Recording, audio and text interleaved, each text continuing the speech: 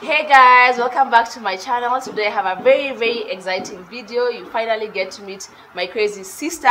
Hi guys, how are you? She had wanted to say that for so long. She's the one who deserves a YouTube channel, not me. She's not camera shy. So today I want to do a video with her in celebration of Women's Month. This is a month of women, so I wanted to do a video on a little bit about her story. This is what I'm going to do. I'm going to do her makeup, and what I like about it is that we have different skin tones, different textures. I have a dry skin, she has very oily skin, she has more melanin than me. I don't talk about here, but I clearly you can see more than me. Okay, thank you for following, for subscribing. So I'll go straight into it and I'll do my sister's makeup, but first let her say her name. My name is Josephine Juguna. Yes. And more. Is she single? Is she dating? Yes, that's why. My name is Josephine Juguna, and I am single. Currently searching. This is relevant. I'm joking, guys. It's a joke. So today I'll be doing my sister's face bit, but I also want her to talk about her alcoholic journey. She was an alcoholic for a few years. I don't know how many years. Quite a while. Quite a while. Oh, she's saying quite a while. She's whispering. And the thing is, she's managed to be sober for the last 8 years. No. From? No, seven. No, this was 7. It's 7. No. So 7 is a lot. 7 is too much. Because I cannot, me and May cannot be 12 during my wedding. You're not. And no. Maybe 3. No, not 3. Imagine 3. No. Kumbuka ile siku tulienda Tanzania na bado uko na trial na ilikuwa 2014 na 2015 bado uko umemaliza because kumbuka alipeleka kitu alafu karudi. So as you can see, we are arguing on how long she's been sober, but I think she's been sober for the last 4 years and she's doing an amazing job. So I want her to talk about her journey and how she got here. And to be honest, guys, I've never asked her these questions because how do I say it? I'm not very good at intimate conversations. So whatever she's going to say today, I'm also learning from her today. So she's going to talk about how it started, how she got into it, and eventually how she managed to walk this journey of soberness, and how even today she handles it. And is the urge still there? How does she cope with it? And what advice will she give people out there? And she didn't go to rehab. So yeah, that's the story as I do her makeup. So you guys will be shocked to know that when we were young, I was the naughty one. My sister used to go for mass, because you're Catholics, every day in the evening, like morning and evening. Oh, morning and morning and evening. Like I was the girl who didn't go, like was not such a goody two shoes. I used to get into trouble a lot when I was young. So it came as quite a shock when my sister started drinking, and that's the story I wanted to tell, how it started. So tell us how it started. It started when I was in campus. As a joke, you know, the way mom would buy wine, mommy let me taste, you know. Then kidogo in school, we changa money, we buy. Which school? Campus, university, Nairobi University. Yeah. So tell me how, because even me, I was drinking. Friends, yeah, you know, with friends, it begins with friends. Oh yeah, let us go here behind Nairobi University. There's like a place, yeah, where they sell this. That time it was called iceberg, something like that. We changa, it was 40 bob at that time. We buy that, and Napoleon that time had just come into naps. Napoleon had just come into the picture. Yes, that's how it started. But then it did not become so strong until when I got employed. You know, when in campus you're broke, you don't have that. Yeah, but when I got employed, we used to have excuses for every time when we want to go drink. And you see, with friends, you start, oh yeah, today is a Monday, we had a very stressful day, let us go have a beer. You go to the bar. The second time, Tuesday, oh, you know, I don't know when Saturday is going to reach, we're just going to catch up. Wednesday, ladies' night. Thursday, we're approaching. You know, every single day we could have excuses to drink. And were you still functioning and going to work? Yeah, very well. In fact, that time I was never an alcoholic as such, because I could stay without drinking. Now, the problem came in when I couldn't even function. Yeah, I have stress at work, but at the same time, instead of trying to work on the stress, I ran to alcohol. Yeah, so it became so bad. I had to incur debt, you know, because if you have this stress, you have to work on that stress before getting into something else. Yeah. So with me, it was the opposite. You ran to alcohol. And let me ask, because we all take alcohol, do you think there's something that in your character makes you overdo it? Like, we all take alcohol, but we know when to say it is enough. So when did it get, what do you think made it get out of hand? For me, I think was, I'm easily, I get annoyed, I'm very too emotional. At times, I get angry quickly. So at that time, my escapism was alcohol.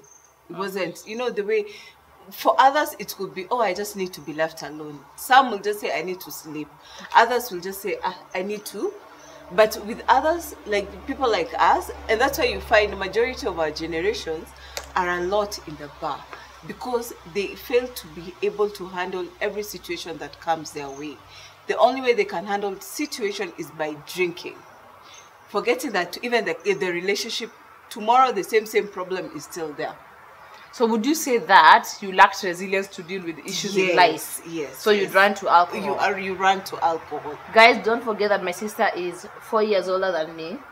Although I look like I'm the older one. I'm too serious. They say I'm too serious.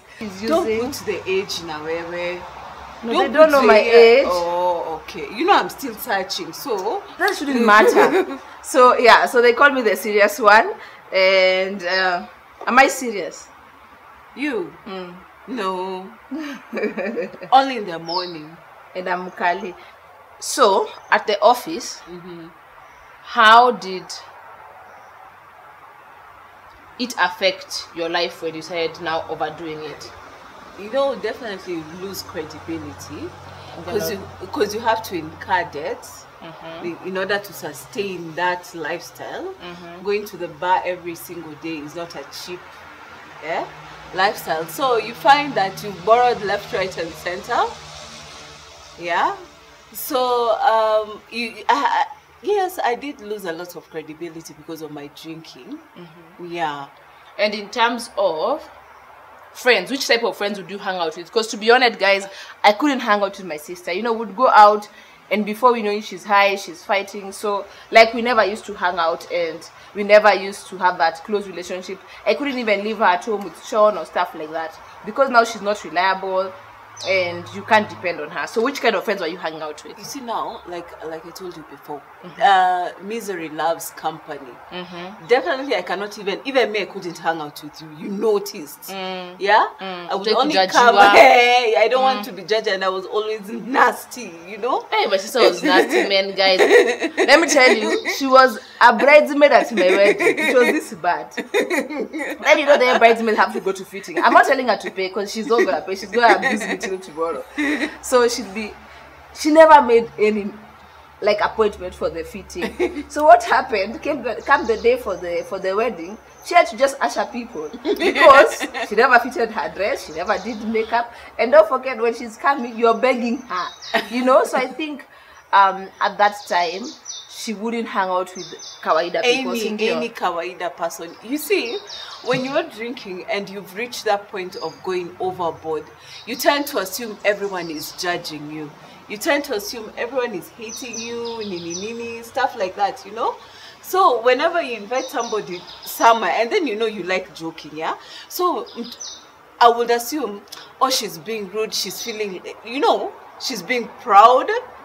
Yeah, so I would rather hang out with my alcohol team, who we will go. It was so bad. Do you know, back at times I would be in town at 2 a.m. at night alone. Then you go to, where is that place? Kenya Cinema, to go and drink. So mom will wonder, why are you going so early? Yeah? Just so that, because the only bar that is open at that particular time, 2 a.m. in the morning. In the morning is F2. Is it F2 or F1? F1, one of the two. F2 or F1, yeah. And don't forget, guys, as she's doing that, me, I'm busy raising kids, so I also don't have time. But also another thing is, did you ever reach a point where you wanted to seek help? Were you trying to quit? Yes, all the time. The issue of being judged, because you try, I will tell myself, I'm not going to drink this weekend. Yeah, I'm going to stay sober and everything. I don't know, there's this demon that comes to your head that tells you, no, you don't drink too much. You just so you don't accept. Yeah, so you just need to go get a bit just to make yourself a bit steamy. Then you come back. You want the buzz. You know that buzz of, But then I didn't have a limit. For me, I didn't have, if I take 2 glasses, 3 glasses, I'm good. There's a time I remember I bought a bottle of wine and a bottle of gin, the 750 ml.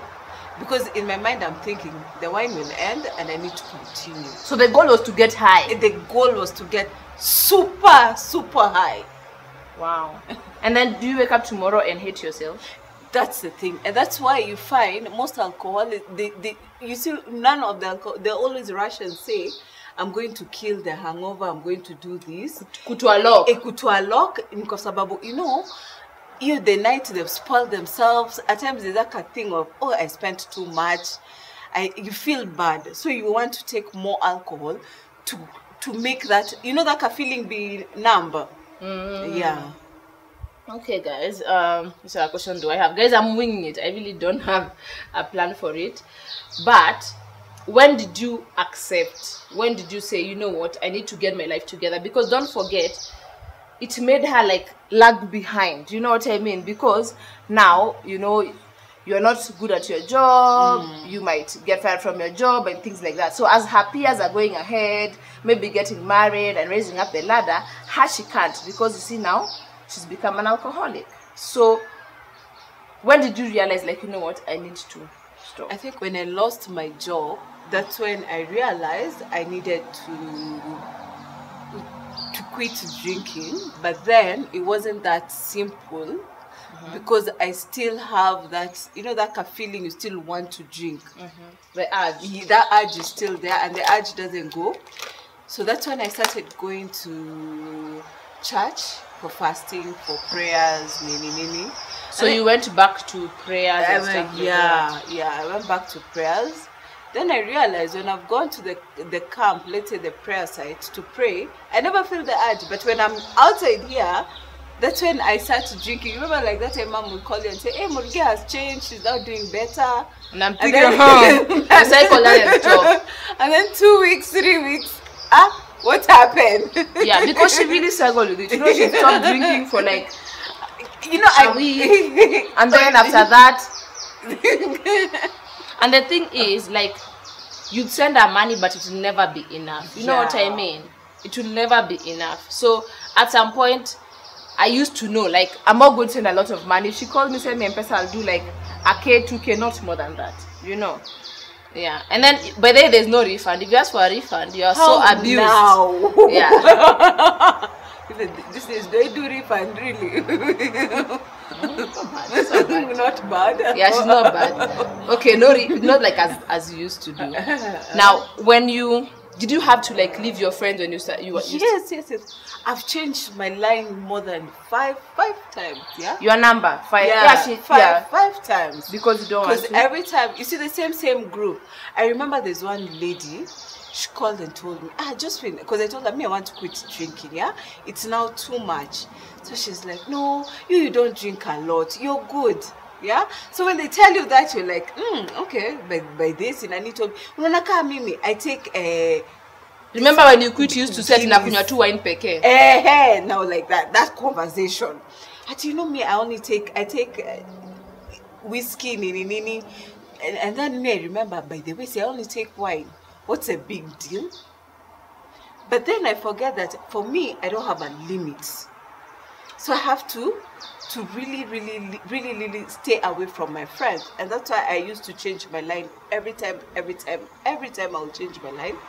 And then, because like I said, misery loves company. I'll be the same one who will look for them. Then again, I will change my line. That was the circle. So the cycle. But now how, like nowadays, does the urge come? No. My urge this day is on sweet stuff. So do you think like you transferred your urge to food? To something. I transferred, because remember now I grew even bigger. Yeah. Because you know then she wasn't eating. Yeah, now my urge has gone to chocolate, cakes, yeah, anything sweet. But we don't mind. She better eat than take alcohol. So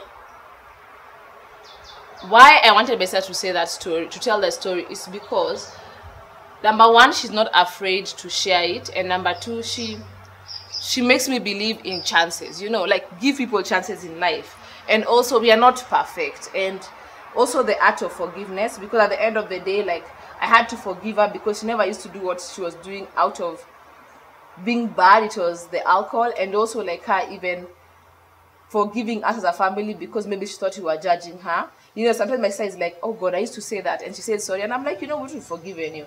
And I feel like our relationship is better now, even with my mom and her. And yeah, it's like I'm seeing who she was maybe 10 years ago. So that's the person she's become. Friendly, loud, happy, and laughing a lot. Laughing a lot, you know. So alcohol took away from her. And would you say that, do you think it's something genetic also? So if you have it in your family, you need to be careful? Well, one thing I will say, alcoholism is genetic, but at times you use that as an excuse. Because as much as when you see the car coming your way, you cannot step on the road saying the car is just coming. You just, if you know your family, you are faced with alcoholism, try to work out as a family, you know, and say we need our family, we have a problem of alcoholism, and we have an issue. Your dad did this, your dad, you know, mom cannot, is not the type of person who you can talk and yeah, I know. So if you know in your family you have an issue of alcoholism, I think it's best to sit down as a family so that you can stay before it becomes too late. Before it becomes too late. And if you see one is doing something out of the ordinary, work on it before it becomes too late.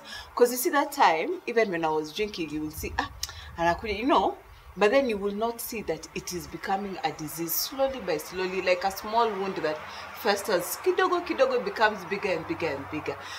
To you guys, you will see, it's just, you know, atachana nayo. But then when I got my job, because I was already there, now I'm making up for that time when I didn't have a job. Oh, so you already were doing it, just like you didn't have enough money to buy. Yes. Imagine me, I didn't see it. Yes, that's the thing.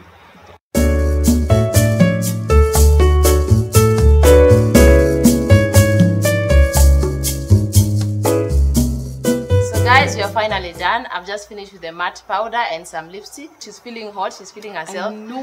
Guys, the first time I've ever done makeup on anyone. I'm not very patient. So I just want myself to give advice to anyone out there who's struggling with an addiction of one or another. What advice would you give them, and would you want to give them hope that it's possible to overcome? It is, because like for me, you know very well, I didn't go to any rehab. Family system is very important. Prayers are also extremely important. So whenever you feel that you cannot do without something, that already is an addiction. Like, I can't do without makeup. I'm joking. No, I can't. No, makeup is totally different. But this is something that is destroying you both internally, spiritually, everything, yeah? So when you can't do it, let's say without alcohol, without drugs, without, you know, even sex is also an addiction. Yes, it is, yeah. Even sex is an addiction, and it has its own repercussion. Alcohol leads to alcoholism, drug leads to addiction, you know. Sex can lead to diseases, so you need to look for that clear support system, family. But the beginning of it all, there has to be recognition that I have a certain problem. Once you recognize that I have a problem, then you can bring in family, friends who can give you proper support system. The other thing is that avoid friends who, you know, the company you keep will influence you either to the positive or to the negative. Like I say right now, you would rather be alone than have friends who will take you down the drain. Like, I always call my sister, she'll tell you, I call her at 6, hey, I have Umbea, because I don't have any other friend apart from her. And I'm sleeping at that time. And my so I'm mom. like, can we talk later? And my mom. Those are my two friends. And before, I will not stay without a friend. I will call every time because I want them to go to the bar and everything. But right now, it's not shameful when you don't have any friends. It doesn't, in fact, you have peace of mind. If you want to go for that chocolate, because me, I love fudge cake and, you know, ice cream, I will go alone, and that's my, I am happy, pat in the back. It's a good day for me. So never be shameful that you don't have friends, you don't have that clique of friends.